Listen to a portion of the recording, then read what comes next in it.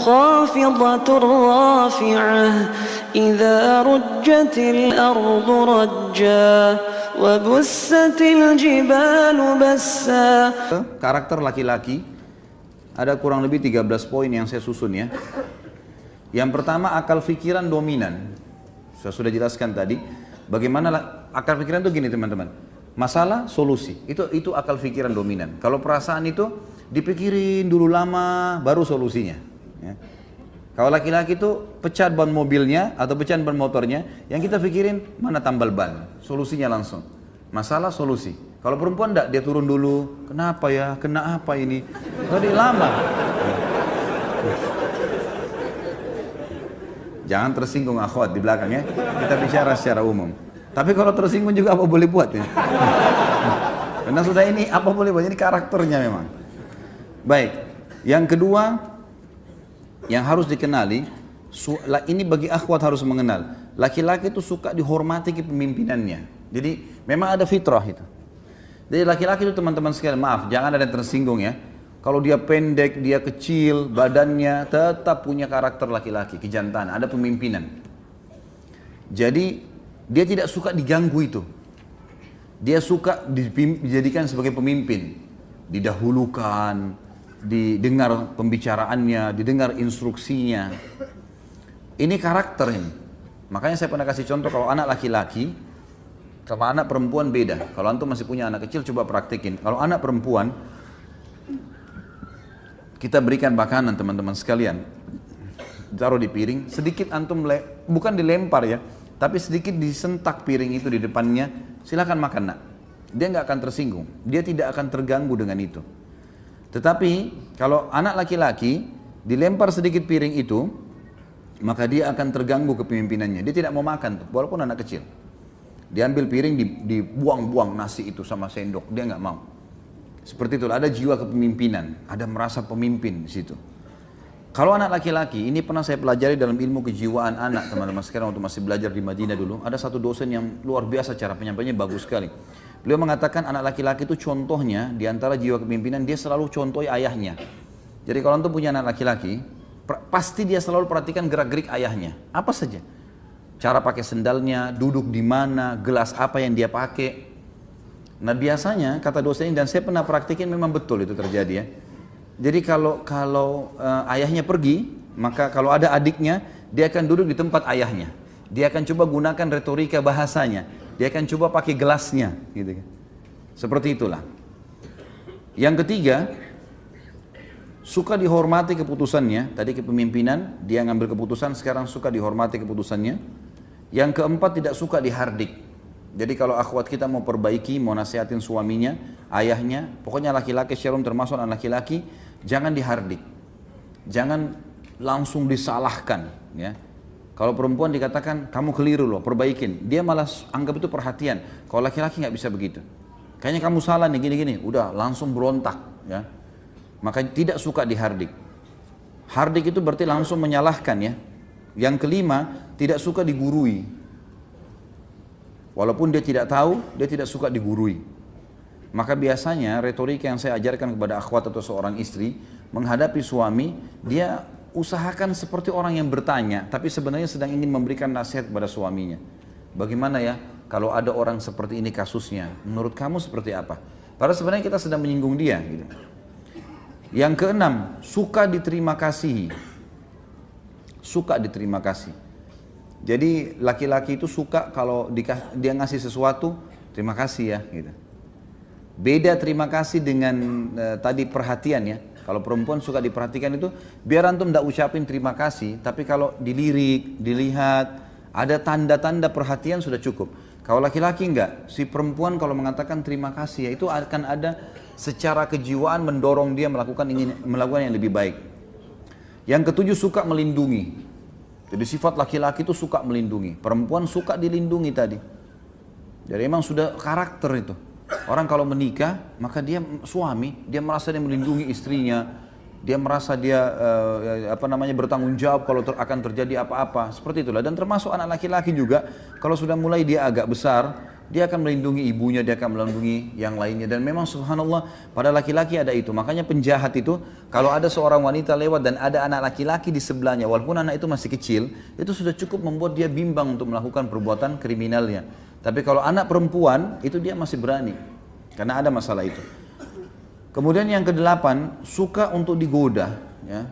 Artinya di sini memang laki-laki itu suka kalau penampilan istrinya dandan, apalah, yang segala macam bahasa yang bisa digunakan ya, dari penampilan pakaian yang seksi, yang wangi, dan itu memang dia suka. Makanya seorang suami dia butuh itu di rumah. Seorang istri harus melakukannya, dan hadis-hadis tadi saya jelaskan, wanita ahli surga, wanita yang bisa memberikan bahwa syahwat suaminya, dan itu adalah hal yang fitrah gitu. Tentu ini ada banyak poin dalam poin ke-8. Setiap poin ini ada rinciannya ya, tapi saya cuma sebutkan garis besarnya. Kemudian yang ke-9, suka mencium bau yang wangi. Ini ada pada wanita tetapi tidak seperti laki-laki. Kalau laki-laki itu dekat dengan istrinya lalu dia cium bau wangi, itu luar biasa pengaruh pada kejiwaannya. Dia selalu ingin mendekat, dia selalu merasa nyaman gitu kan. Kalau istri, suaminya walaupun baunya tidak wangi, tapi karena dia baik, ya, maaf ya saya belum mandi nih, enggak apa-apa kok. Dia suka saja. Tapi kalau antum pulang ke rumah dekat baunya nggak enak istrinya, sudah menghindar. Itu sudah fitrah. Perempuan juga suka yang wangi-wangi, bukan berarti antum jangan tidak pakai minyak wangi ya. Tapi yang dimaksud adalah perempuan biasanya dia masih tahan dengan itu.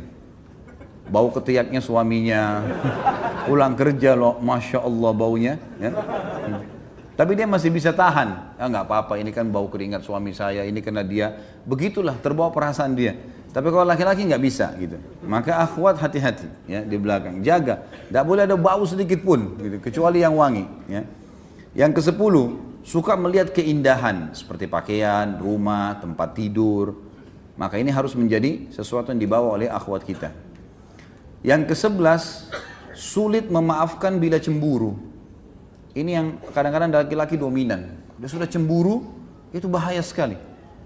Sasarannya terus ke target cemburu itu, gitu kan? Kalau misalnya istrinya pernah jalan atau istrinya pernah dilihat oleh orang, maka dia akan selalu orang ini seperti singa mengintai mangsanya. Ini pernah lihat istri saya. Nih. Udah itu terus menerus, gitu, terbawa. Ini sulit memaafkan bila cemburu ya, dia sulit memaafkan. Dan yang ke-12 cemburuan, memang wajar. Jadi akhwat kita harus bisa faham masalah itu. Banyak orang mengatakan perempuan cemburuan, sebenarnya perempuan tidak cemburuan loh. Tidak cemburuan gitu. Dia hanya karena sayang sama suaminya, dia mau tunjukkan dengan cara itu. Tapi cemburu yang sebenarnya itu ada pada laki-laki. Laki-laki, dan sebenarnya kalau dia cemburu pada hal haknya dia itu benar dalam syariat. Makanya pernah ada sahabat yang pulang ke rumahnya lalu dia temukan istrinya selingkuh sama laki-laki lain. Lalu kemudian dia bingung harus buat apa, dia datang ke masjid, dia mengatakan, ya Rasulullah, saya temukan istri saya selingkuh, apa yang saya harus buat? Maka Sa'ad radhiyallahu anhu keluar dari saf laki-laki lalu mengatakan, ya Rasulullah, kalau terjadi pada istri saya, terjadi selingkuh seperti itu, saya akan bunuh keduanya, maksudnya saya akan rajam, hukum Allah berlaku. Kok bisa berani-beraninya berselingkuh, berzina? Kata Nabi SAW, apakah kalian melihat cemburunya Sa'ad? Dia itu cemburu, Sa'ad cemburu, kenapa kok istri kemudian masih bisa berzina? Gitu kan? Maka kata para sahabat, iya ya Rasulullah. Kata Nabi SAW, saya lebih cemburu daripada Sa'ad dan Allah lebih cemburu daripada saya dan Sa'ad. Kenapa sudah dilarang masih dikerjakan? Jadi memang ada sifat cemburuan. Cemburuan sebenarnya itu ada pada laki-laki.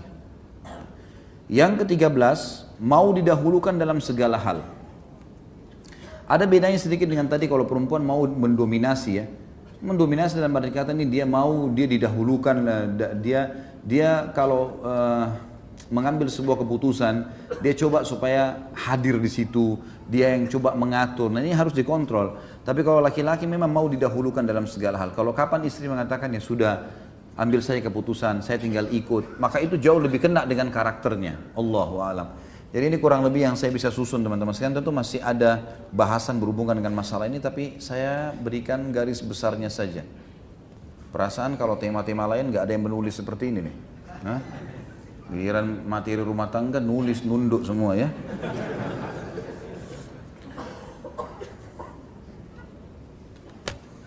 Baiklah, mudah-mudahan bermanfaat insya Allah, dan kita mendoakan agar seluruh muslimin yang sedang menghadapi masalah rumah tangga mereka diselesaikan oleh Sang Pencipta Allah, diberikan yang terbaik, disatukan, yang sudah cerai bisa dirujukkan kalau memang masih terbuka pintunya, yang sedang hadapi sihir dari pernikahan mereka dibatalkan sihirnya oleh Sang Pencipta Allah, dan juga semoga dikaruniai anak-anak yang soleh, yang belum memiliki anak, yang belum menikah juga diudahkan dapat pasangan yang soleh dan soleha. Ini lagi berdoa ini. Baiklah. Dan semoga insya Allah Jakarta diberikan pemimpin yang saleh, yang beriman kepada Allah, dan juga presiden kita dan seluruh jajaran pemerintahan diberikan hidayah dan kembali kepada Islam, Al-Quran dan Sunnah, dan semoga Indonesia menjadi contoh bagi negara yang lain. Dan juga kita mendoakan saudara kita di Palestina, di Syria, di Yaman, di Irak, di Myanmar, di Ahsa, dimanapun mereka berada sedang tertindas, semoga Allah ikhlaskan niat mereka, terima para syuhada mereka, muliakan Islam di tangan mereka dan tangan kita semua, dan semoga Allah partisipasikan kita bersama mereka di pahala baik dengan doa dan harta juga dengan jiwa kita. Dan semoga Allah yang maha mendengar dan maha melihat, dan saya yakin itu adalah sifat Allah yang mulia, menyatukan kita semua yang di masjid ini, dan juga insya Allah mengikuti ceramah kita ini di surga Firdausnya tanpa hisab, mana ya satukan kita di majlis ilmu yang mulia ini. Kalau ada benar dari Allah, kalau salah dari saya mohon dimaafkan. Subhanakallahumma bihamdika asyhadu an la ilaha illallah astaghfirullah wa atubu ilaik. Wassalamualaikum warahmatullahi wabarakatuh.